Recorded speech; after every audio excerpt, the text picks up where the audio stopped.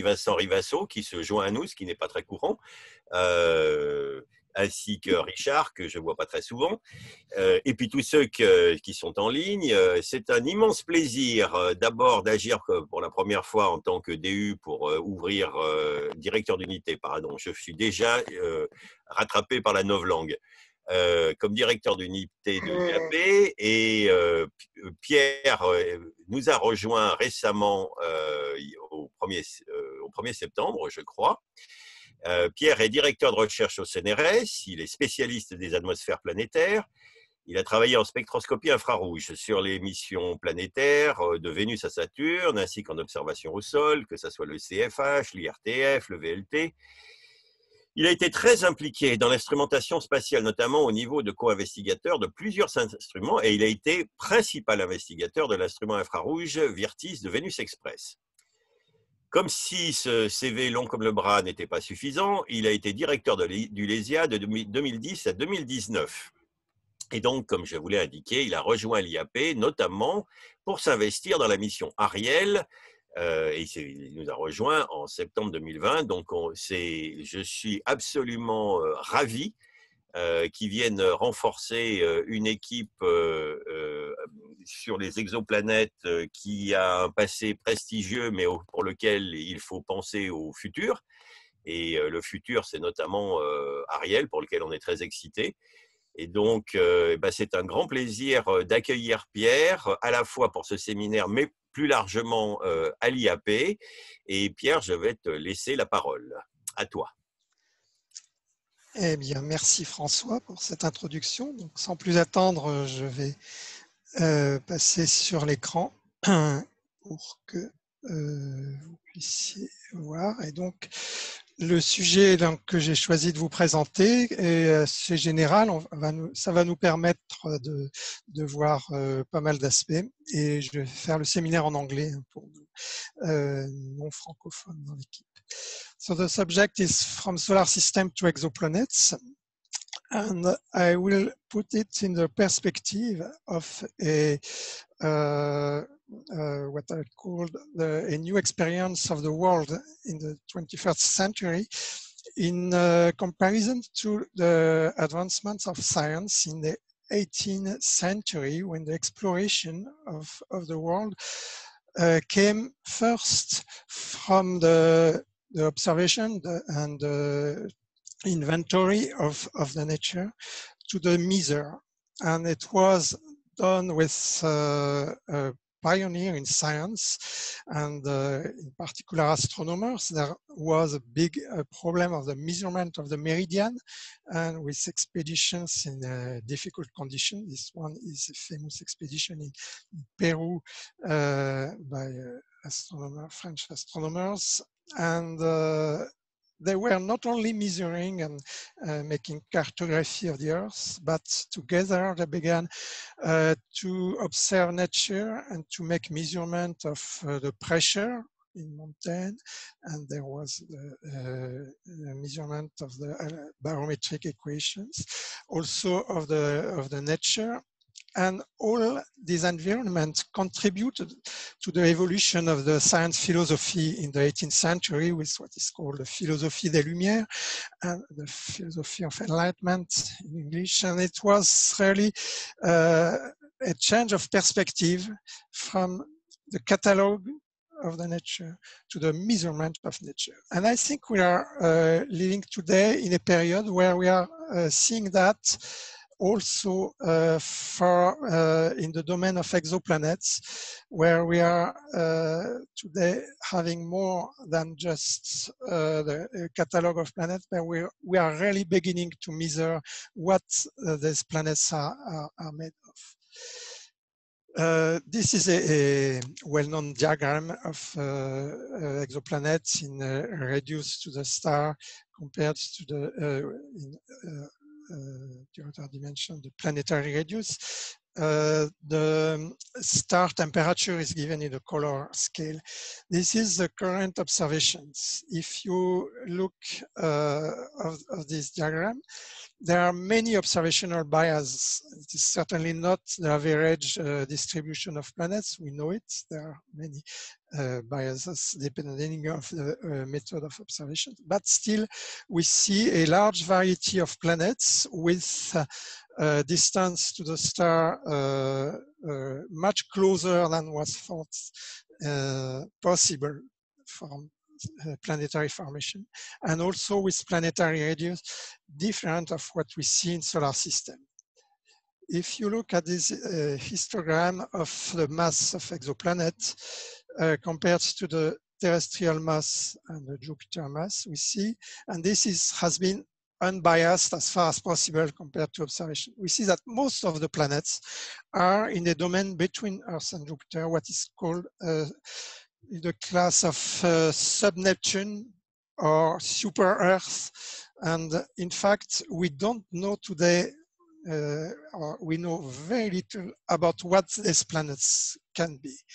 They are not present in the solar system, and we would like to know exactly what they are made of. So in the philosophical context, we have learned, but for astronomers that is not a surprise, that the Earth is not the center of the universe. Earth-like planets are not the most common planets.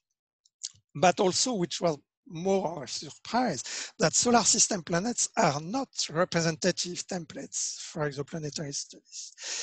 And that is, of course, a mystery. And of course, if they are not solar system planets, what are they? If we want to search for extraterrestrial life, which is a fascinating question, but I would say still not accessible to today's observations, we must proceed step by step before addressing this big question. And with some kind of humility, just begin to look at these planets and what they're composed and what they're made of before looking at exobiology. And I will not talk today on these topics. But if solar system planets are not templates of exoplanets, what is the interest of looking at these planets to study exoplanets? That is also the subject of my seminar today. I would like to show you that it is very important to keep the lessons of planetary explorations in mind before understanding the future and the exoplanets. So I will propose you an itinerary through the solar systems with several questions and several topics looking at inhomogeneities in observations in radiation, disequilibrium phenomena, escape phenomena, and non-LTE radiative aspect. This is a choice. There are many other topics, but that will allow us to have a good feeling of the necessary physics of planets. And if we know enough the physics of our solar system planets, it will be possible to extrapolate with good modeling to exoplanets. And that is really very important. If we look at the solar system, radiative transfer in planetary atmosphere is it has been the subject of exploration since the 1960 years. For example, for Venus that you are seeing here with the planetary Japanese mission Akatsuki in 3 wavelengths, ultraviolet, mid-infrared and near-infrared, we see that the aspect of the planet itself is very different. So when we look at such a planet like an exoplanet with only one point and one spectrum of the planet, depending on the wavelengths, we will not see the same depth in the atmosphere of the planet, and we will see a very mixed but different mixture of radiation depending on the wavelength. So that is what we call the radiance inhomogeneities. I will look deeper for the Jupiter atmosphere, which is famous for astronomers and relatively easier to look at with both telescopes and space missions. This is a recent observation of Jupiter with HST in the visible light, so with tricolor reconstituted radiance. The contrasts are exaggerated, but in fact, the contrast in visible light for Jupiter are less than 10%, even for the famous great red spot here, which is really pale, in fact, in true colors. If we look at spectra in the visible and with the albedo versus wavelengths, there is a larger variability, which is mostly due to methane in the visible. These big bands here are due to methane. But more or less in the visible planets, like Jupiter, are relatively uniform, and it means that the spectrum, if you take a spectrum in one point or another, you will usually have similar spectral retrieval. This is not true in the infrared. These are the spectra of the 4 giant planets in the infrared, as observed by ISO, the SWS instrument in 1996. And you see, and you recognize easily the molecules in a planet, like the methane, the ammonia, ethane, acetylene, etc., which is very obvious. But we see there is a large variation in the spectrum. First of all, the thermal emission on the 4 planets, with colder temperature for Neptune and Uranus. But this is a thermal emission slope, and the solar reflected slope in the near infrared here, with a junction points at 3.5 micron roughly for Jupiter and Saturn. And there is an anomaly in the 5 micron, what we call the 5 micron window, where we see a higher brightness temperature, which is not simply due to the usual solar reflection. And this is an image of Jupiter in 5 micron observed from the observations by Glenn Horton in 2017. And what is seen is here, the contrasts are huge. There is more than a factor of 10 in brightness between bright regions, which are corresponding to what is called hotspots in the north equatorial belt of Jupiter, compared to the dark regions in 5 micron in the equatorial zone here. This is due, of course, to the cloud opacities, which are different. And in 5 micron, we are not seeing the same cloud deck than in the visible. And we are seeing holes in the cloud deck in the hotspots. We are seeing deep in the atmosphere, and therefore the composition we measure is very different in these hotspots compared to the other regions. The problem is that for an exoplanet like Jupiter, if you observe it only with one point, therefore one spectrum, the inhomogeneities make that you are not seeing the average spectrum, but we are seeing mostly the spectrum in the hot regions, and therefore the regions in anomalous regions and not the average spectrum. And for example, at 5 micron, where it's possible to measure water, ammonia, phosphine, and many other constituents, we are in average measuring them in very specific cloud-free regions if we make an average and not in average on the planet. That is a warning, of course, if we want to make the global composition measurement of a planet. This is a recent measurement by the NASA Juno mission of ammonia with a microwave instrument. This is an orbiter in polar orbit around Jupiter. And it was possible to measure with the latitude and with the pressure in the vertical dimension, the abundance of ammonia with this instrument, which is a spectrometer in the microwave region, sounding as deep as several tenths of bars. And what is seen is that ammonia is very inhomogeneous, not only in latitude, but also vertically, with a peak of ammonia not exactly at the equator, but in the, close to the equator, 5 degrees latitude.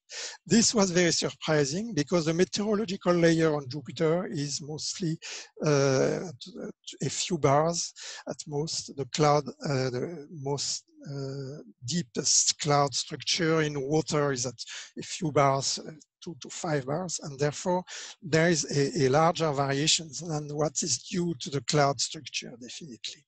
The interpretation was made very recently by a group with Tristan Guyot as one of the main investigators, and it is related to thunderstorms on Jupiter.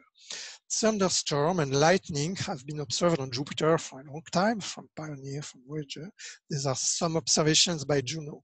What was observed and what was surprising is that lightning occurs at high altitude in the 1.5, 1.9 bars, which is in a region where water is frozen as ice, as well as ammonia, and therefore there is no liquid particles at this altitude.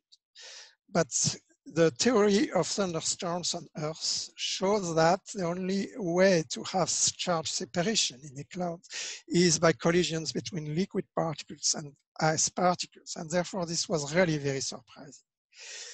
There is an interpretation made by Guillot et al., and it is with a strong convection region like a cumulus, stratocumulus on the Earth, where the cloud with ammonia and water is produced with a very large vertical motions and with ammonia ice and ammonia water freezing at much higher altitude than pure water or pure ammonia.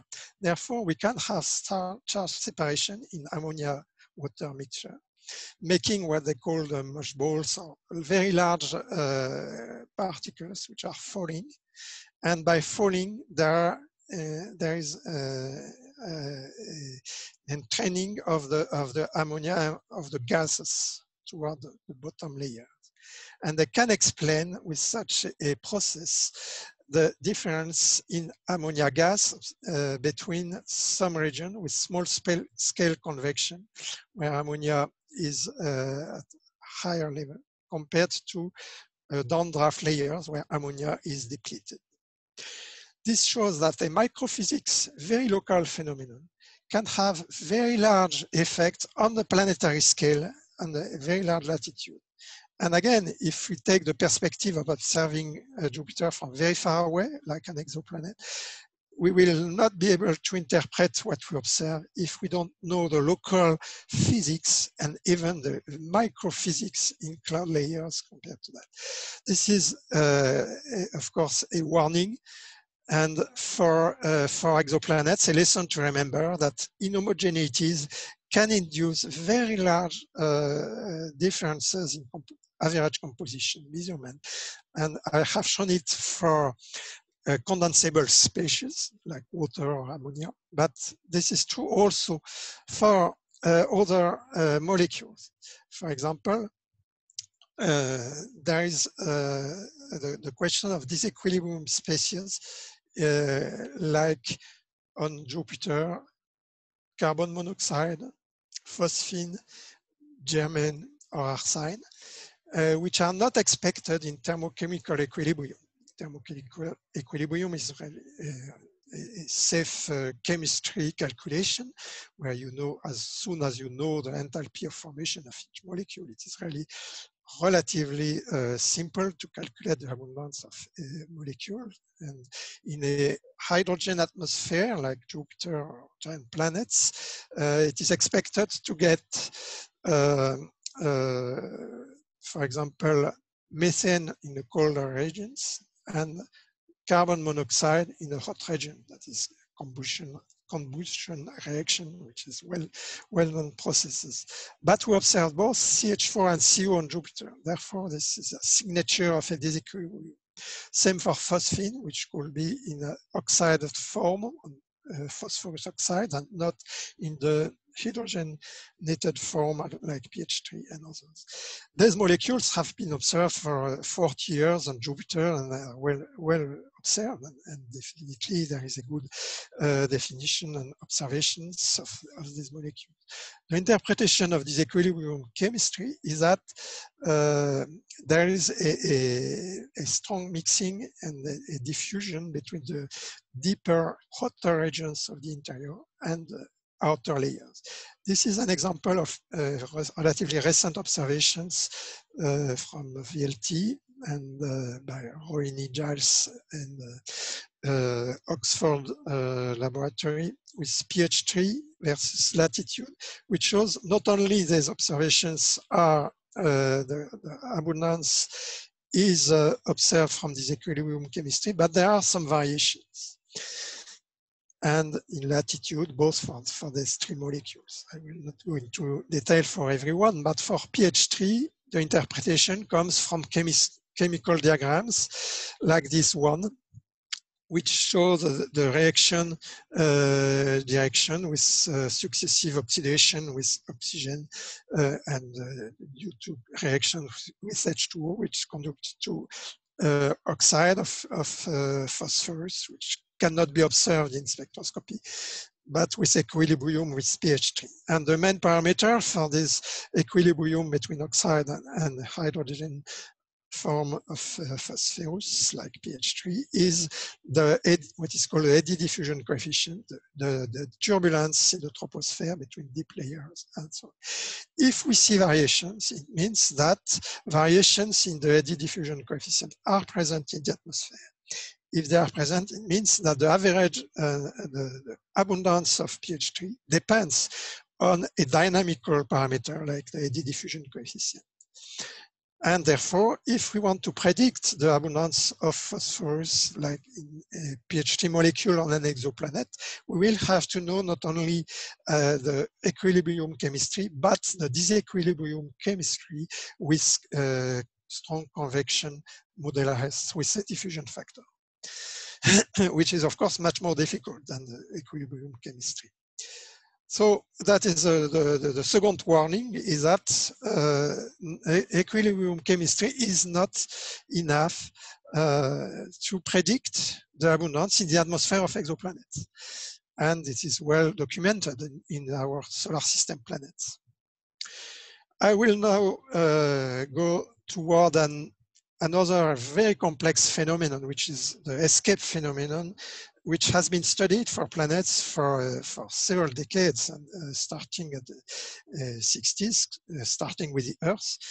And the theoretical question has been raised for Earth even from 1 century with Jean's historical calculations of atmospheric escape.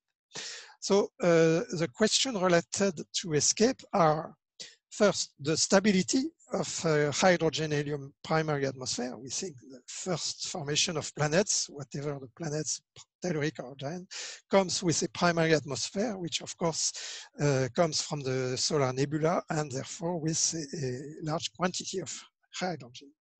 So the question is how long this primary atmosphere, which does not exist anymore for telluric planets, is escaped. The second one is atmospheric escape. We know for telluric planets, especially for Venus, that a large loss of H2O has been observed on Venus. And we know that from the measurement of deuterium in HDO compared to H2O. There is a very large amount of deuterium in the H2O component of the atmosphere of Venus.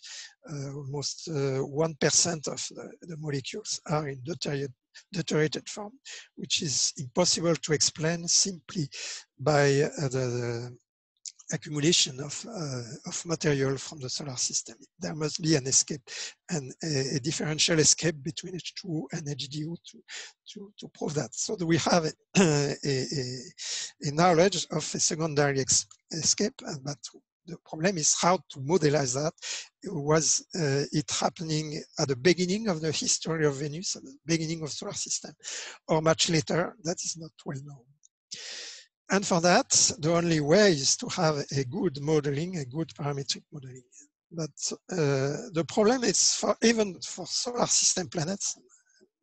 I'm not talking here about exoplanets, but even for solar system planets, the escape phenomena are still not fully well understood. And there was even for the planets observed like Titan and Pluto, where we had spacecraft directly measuring the in-situ observation of escape molecule in the atmosphere. There was a discrepancy between the models and the observations.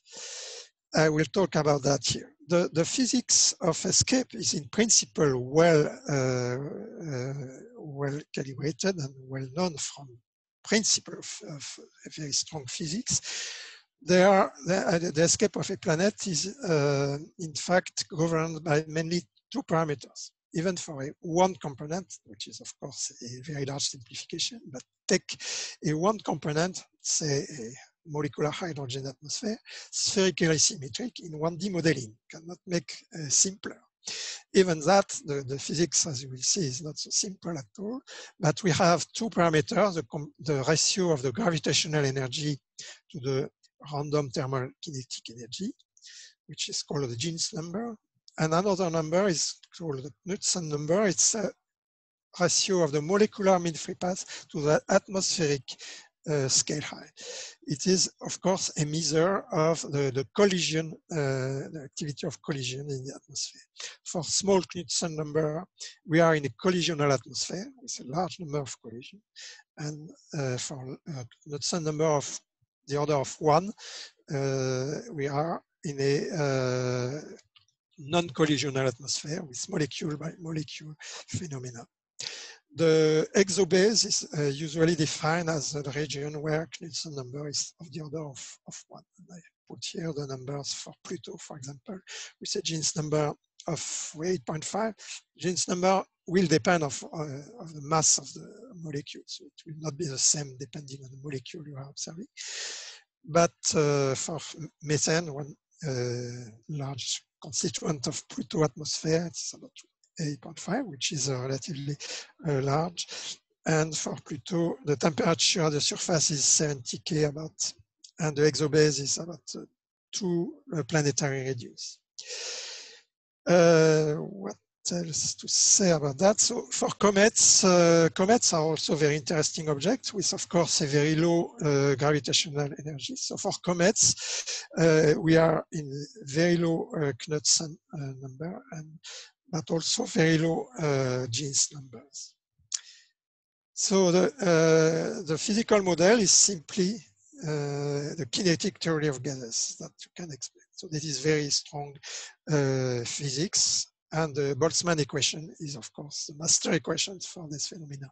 With a distribution function in phase space with position and velocity, and depending of time, the gravity and a gradient inversus. This is a usual form of the Boltzmann equation for this kind of phenomena, and with the complex parameter on the second term of the equations, which is a collision integral.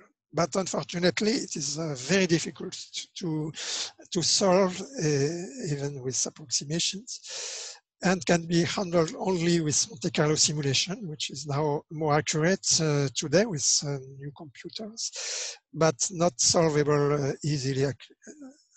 So there are usually different regime of approximations. One is called the hydrodynamical escape regions, which is valid in collisional regions.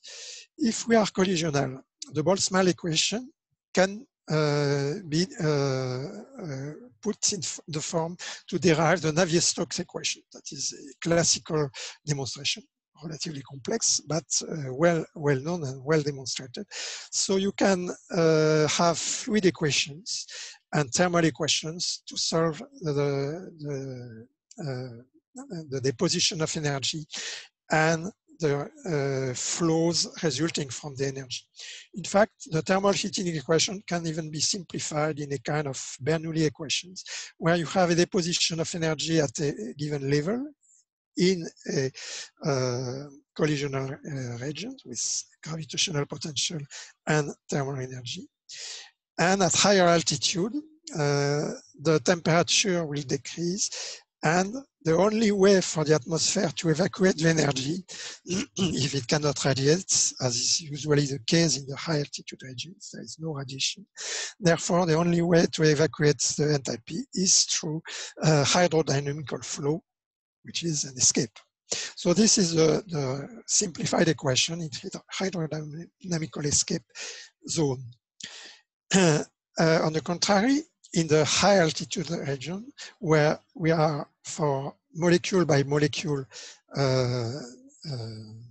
region, the fluid equations are not valid anymore, but we can use a simplification of the Boltzmann equations, which is the Jeans approximation, where you take a truncated Maxwellian for the distribution function, where all the particles with velocity, radial velocity larger than the escape velocity are suppressed from the distribution function. It is somewhat a surprise that such an approximation can work, since normally if you have a Maxwellian, it seems that you imply that there are collisions to make the Maxwellian solution of the equation. But in fact, the observation shows that it is working not so bad. And Jeans escape calculations are in order of magnitude, the correct approximations for the escape of atmosphere. So what do we do with that? The problem is the intermediate region between hydrodynamical and the Jeans escape. And I will quote here a very recent paper by Darrell Strobel, which has devoted a large part of his career to study escape phenomenon. And I will read it for you. So he said that on the theoretical front of new papers by Volkov et al. That I give in reference here, they have clarified the general problem of thermal escape from planetary atmosphere and the transition as the gravitational binding energy relative to the thermal energy increase from organized superflow outflow, hydrodynamical escape, to random evaporation of individual atoms and molecules at the exobase, known as the Jeans escape. And the transition is narrow and very abrupt, and they also found that escape rates are enhanced compared to traditional Jeans escape by a factor of roughly 2. And this has solved, at least for Pluto, in a large domain, the observations and the model. So we can say that now for planetary atmosphere, we have a good model from physical first principle, which is working. And that will, of course, be good to make this inspire from the observations of solar system to now use it in the exoplanet cases, which are, of course, less constrained compared to solar system. The model to do that is what is called a direct simulation with Monte Carlo, DSMC, and it is described in the Volkov et al. Physics of Fluids and Epigelators papers, and that is certainly now the standard for planetary physics, which has to be used instead of previous modeling. To finish on escape, I have talked here about simple models for one component for spherically symmetric and isolated planet. But the planetary environment is usually much more complex. And we have a good example with Venus. There was in Venus Express instrument devoted to the study of the ionosphere, exosphere, and solar wind interactions, which is, and there is now a synthesis paper in Space Science Review, which summarize all the phenomena which have been observed and constrained from Venus Express. There is, of course, the escape phenomenon I have described before, but there are much more. There are first the interaction of the solar wind with the exosphere. Venus has no intrinsic magnetosphere, and therefore there is no deviation of the solar wind, and there is a direct interaction with the exosphere of Venus. with some spheres with magnetosheets. The magnetic field is generated by the solar wind activity and not by Venus itself. There are wave activities which are also complexifying the things. There are plasma sheets with cold and hot plasmas, and there are photochemical excitation, in particular of H2O, going to the exobase. One very interesting result in the exosphere of Venus and in direct measurement from ENA observation by Aspera was that hydrogen ions and oxygen ions are observed in stoichiometric proportion of H2O, which means that these escapes are probably due to the excitation and the ionization of H2O, followed by an escape and an acceleration of H and hydrogen and oxygen ions in the ionosphere. And this may be a mechanism to explain the desiccation of the Venus atmosphere. So this is a review paper which will be a subject of a full seminar if I go into the details. But just to know that, and especially for exoplanets close to their central star, there will certainly be some very complex phenomenon we know only very little, and which have to be taken into account if we want to correctly model the escape phenomenon. There is similar things on Mars. I have not reproduced here, but there are really very similar observations on the Mars planet. There is even a dedicated mission by NASA called MAVEN, which is really observing the escape of the Martian atmosphere to try to retrieve the historical escape of Mars. So conclusion for this part is that escape phenomena are really a very interesting but very complex question. And for exoplanets where we have only a relatively low number of constraints, it is of course much more complex, and well, the complexity is hidden by the simplification that we make when we observe only one or two parameters in such a very complex field. A fourth domain I would like to describe now is what is called non-local thermodynamical equilibrium mechanism, not in the chemistry today, but in the radiation. And this is a figure I like on Venus, which was observed by Venus Express. It is not a cloud on the planet, which shows this beautiful reflection of the photons, but it is a molecule of CO2. So it is the CO2 reflection, which is possible only from non-LTE mechanism. In fact, in spectroscopy, if you look at the spectroscopy of Venus in the near infrared for one point on the day side of Venus, there is a strong CO2 emission band here that you see and you easily recognize if you know the spectroscopy of CO2 with P and R branches and no Q branch. So it is very recognizable. But it is not thermal emission, it is non-thermal emission of CO2 in the upper atmosphere. So to have non-thermal emission, you have to be in non-collisional region, like what we discussed for escape. And therefore it comes from very high atmospheric layers, much higher than the cloud structure. The radiative transfer in non-LTE regime can be very complex. The radiative equation has not the Planck function anymore in the equation, but a source function. And the source function comes from very complex phenomena. You have radiative phenomena, of course, like for thermal process. Thermal processes are still present, but non-thermal processes like chemical recombination photochemistry, collisional processes, and so on.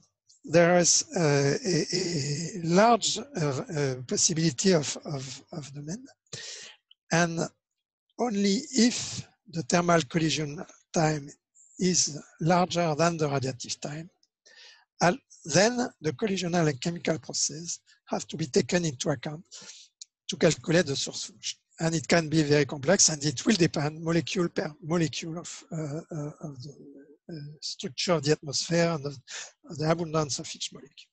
These are some of the possible non-thermal processes present and observed in planetary atmosphere, including Earth. Vibrational energy transfer in molecules, like for CO2, or with exchange in vibrational energy between CO2 and N2 in Earth's atmosphere. There can be electronic to vibrational energy transfer.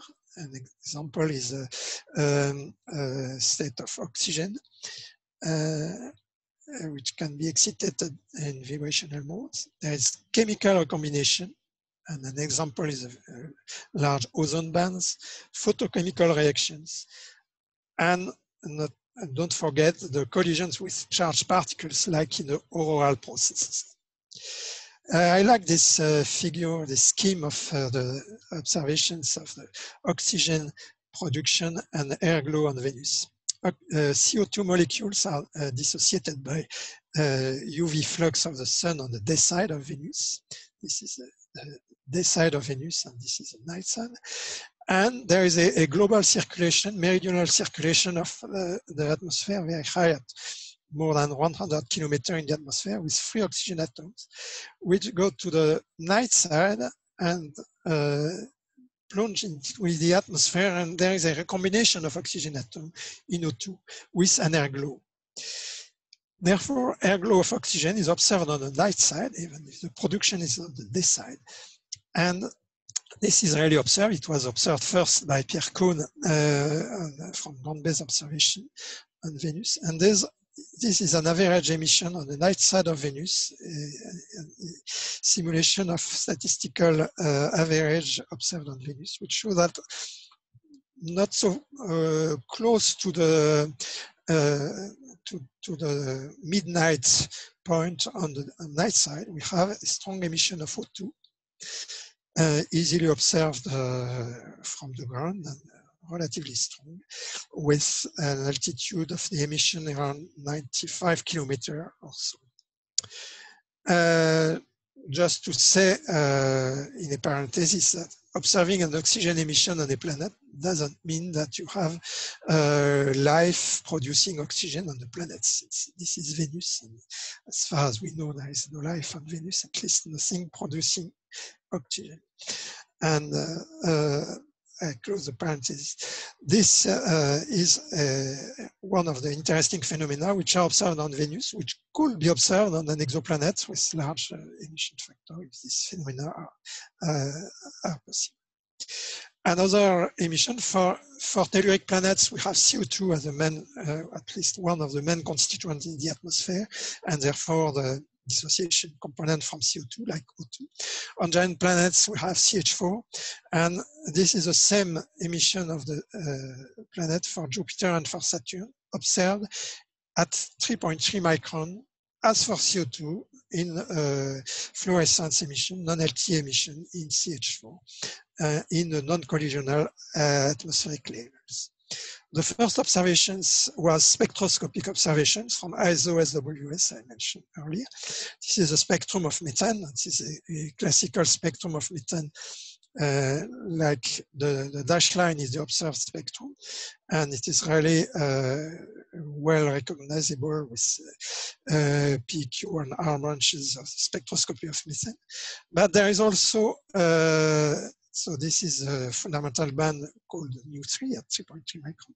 But there is also easily recognizable the overtone bands, which is a band with vibrational level nu3 plus nu4 minus nu4, which is close to the fundamental bands, but distinct at high resolution. And this band should not be excited by thermal energy only. It is possible to be present only from non-LTE emission. And this was interpreted in a paper in 1999. But now we observe it also in imaging, and we are seeing this emission. And therefore, we are accessing to very high level in the atmosphere, which are the microbar level mostly in the atmosphere, in the pressure level and low temperature. This is for Jupiter and Saturn observations. And the scheme, the fluorescence scheme, is very complex because contrary to the thermal emission, where we can forget about the complexity of spectroscopy, we simply have a thermal emission in black body emission for the source function. If the collisional regime is such that we have to take into account all the phenomenon, we have to take into account all the complexity of the spectroscopy and of the photons which are emitted by the molecules to take into account all the observations. So there is a possibility that these phenomena are observed on exoplanets in the HD, the famous HD 189-733b. And this is an observation in the paper by Waldman et al. In 2012, where the observations are at low resolution. The observations are still controversial, and there is no consensus on these observations and on the interpretation. But there is a possibility that fluorescence emission calculated here with the same model as for Jupiter are responsible of an emission on the planet. It is certain that the thermal emission, if the spectrum, the observed spectrum is correct, the thermal emission at this flux is not compatible with thermal energy and a brightness temperature comparable to the temperature of the atmosphere. So these are just, of course, some open field for future investigations. But the conclusion of this part is non-local thermodynamics is certainly present on the exoplanets and may even be observable. It's not present, it will be for sure, but it may also be observable. And this is because exoplanets, especially hot Jupiters, are close to their planets and they are subject to irradiation much larger than Jupiter. And that is quite possible that we will in the near future observe this phenomena. When and how? This is with the typical future instrument that we are expecting for exoplanet studies in the next decade and after. We are here today with TESS and CHEOPS, which are still satellites which are make the detection. We are still at the pre-characterization stage here today. But we are entering in the what we call the golden future of characterization and measurement. We have already from maybe 10, 20 planets already spectroscopic observation of the composition, but there are very many.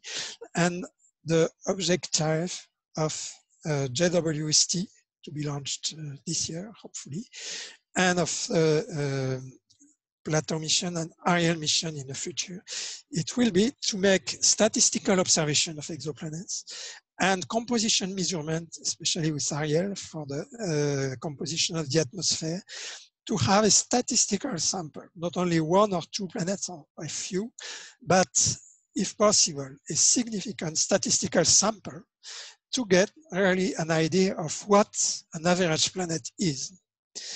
And that is probably what we'll know in the decade. I will finish with this Ariel observing method.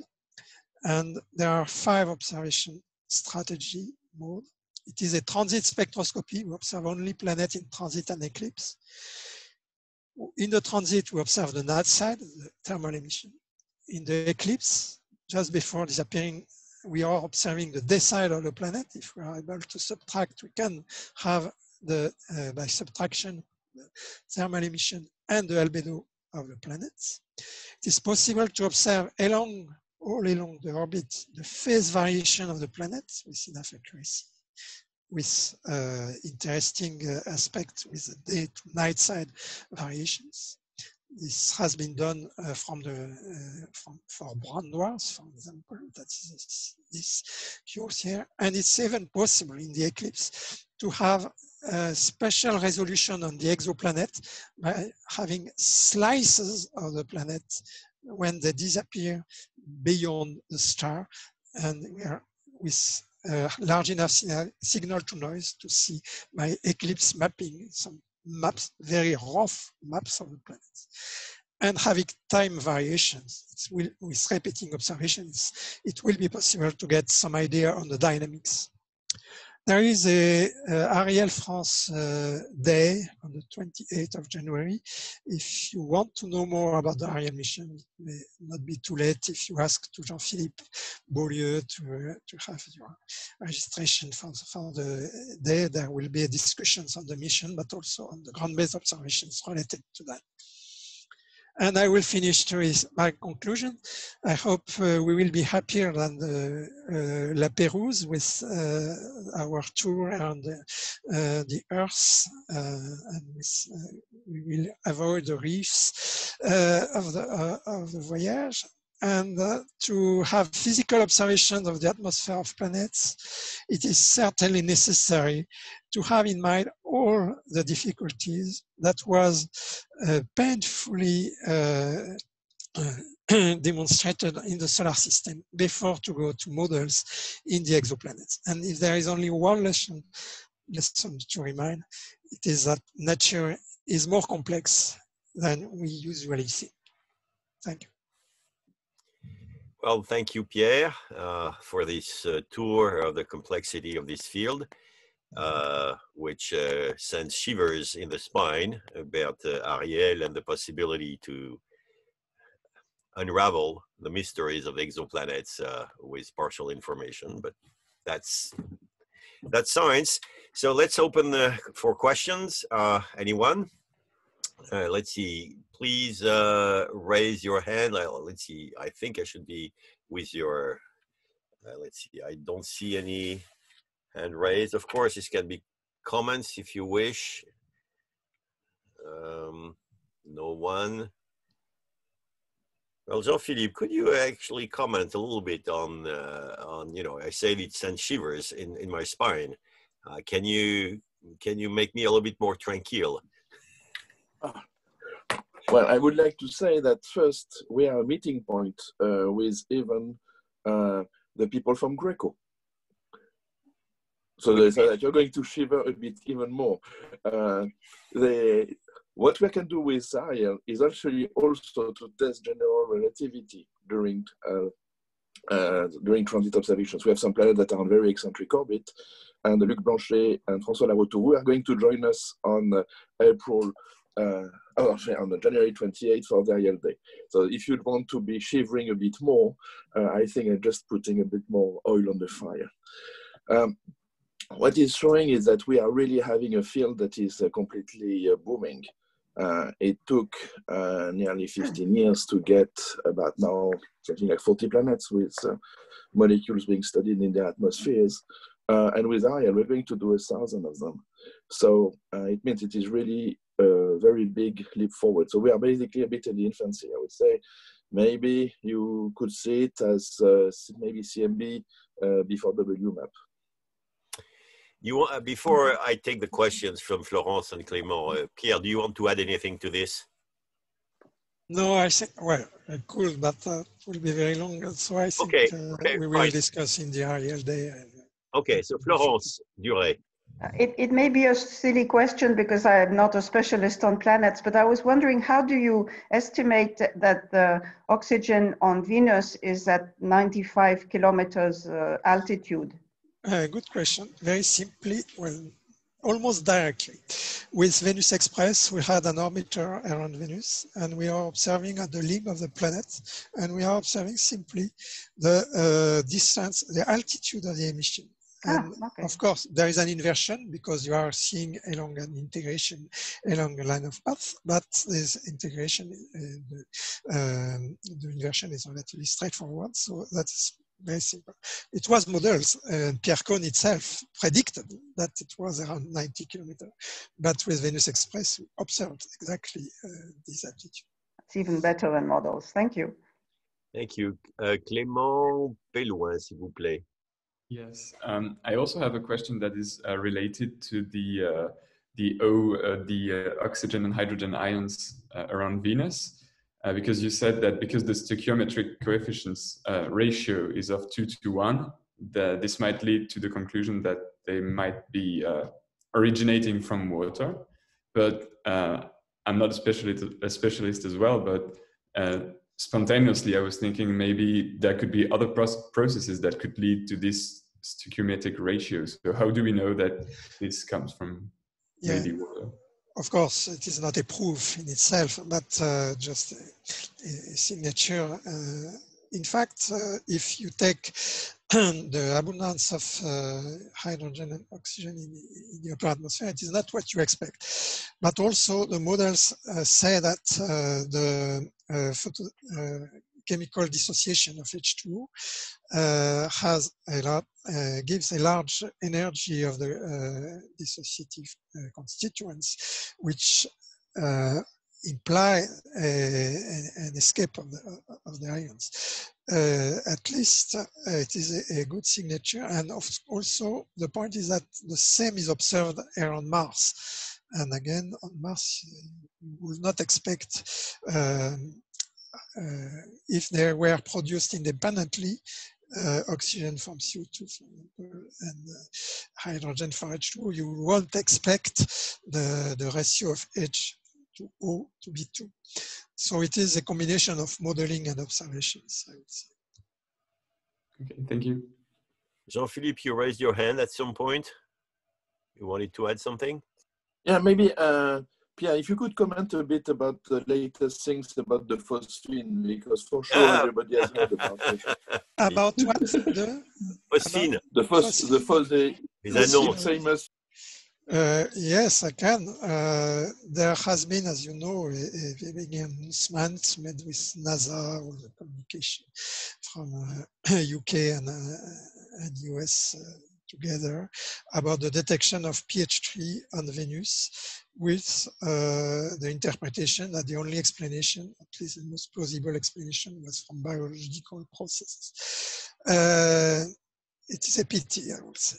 First of all, the observations are contested. There is only one line and not two lines, because there are two observations but of the same line.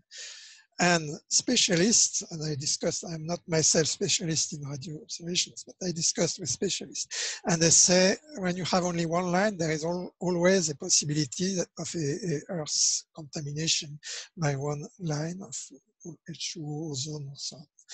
And you need at least two lines to have a confirmed detection, and they have only one. First. Second, they have made a continuum correction of the background, which are simply not correct.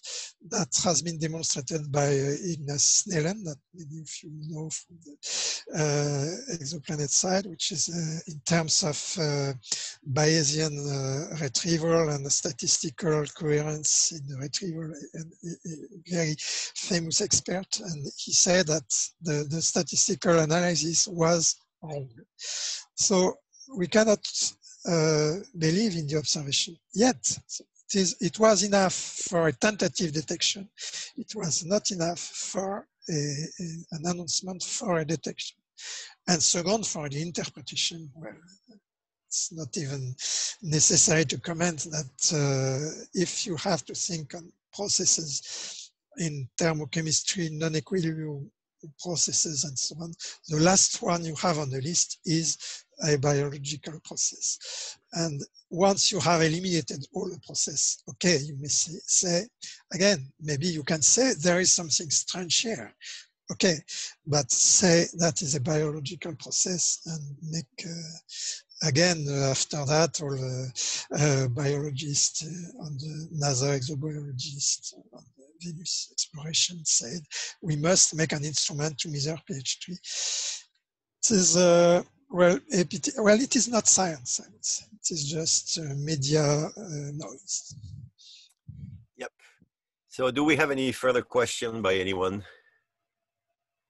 If not, I can only wish you guys, as you alluded to, Jean-Philippe, the same success we had on the CMB, and that we hope to keep continuing, by the way, because some of us are hoping to detect primordial gravitational waves or be associated to that. Anyway, on this note, I wish all, well, a good day and good lunch. And thank you, Pierre, and for an excellent seminar and joining us, which I'm absolutely delighted about. I am too.